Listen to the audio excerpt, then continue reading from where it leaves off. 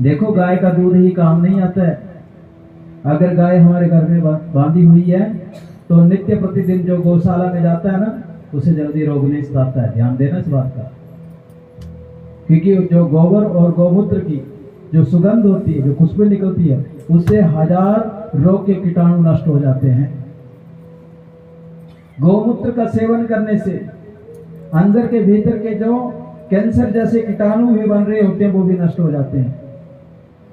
जिन्हें चर्म रोग होता है, खुजली का रोग होता है, अगर वो भी गौमूत्र का आधा गिलास अगर पानी में डालकर स्नान करें तो चर्म रोग भी दूर हो जाता है।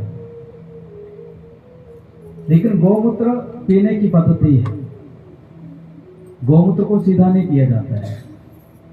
या तो मध्य का भाग जो होता है ना गाय के गौमूत्र का, वो लेना चाहिए और एक आध ढक्कन लेना चाहिए, ज्यादा नहीं।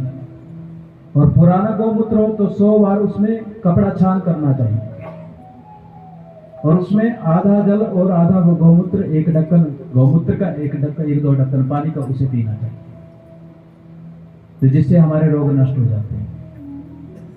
गोबर की उपले की धुनी भी घर में करो ना, उसमें थोड़ा गूगल डाल दो, थोड़ा सरसों डाल दो और घर में 11 दिन कर दो, तो जो बुरी शक्तियां घर में बैठी होती हैं वो भी चली जाती हैं। गाय का दूध ही काम नहीं आता है। अब देखो ना, अंग्रेजी खाद लाते हो, खेतों में फेंक रहे हो, तो उससे क्या हो रही है? हमारी खेती बंजर हो रही है कि नहीं हो रही है?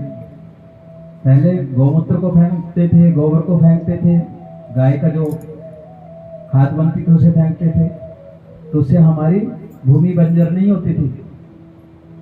लेकिन आज हमारी भूमि बंजर हो गई, इसलिए यूरिया फेंकेंगे तो हमें फसल मिल जाएगी, इसीलिए तो बीमारियां पड़ी हुई है।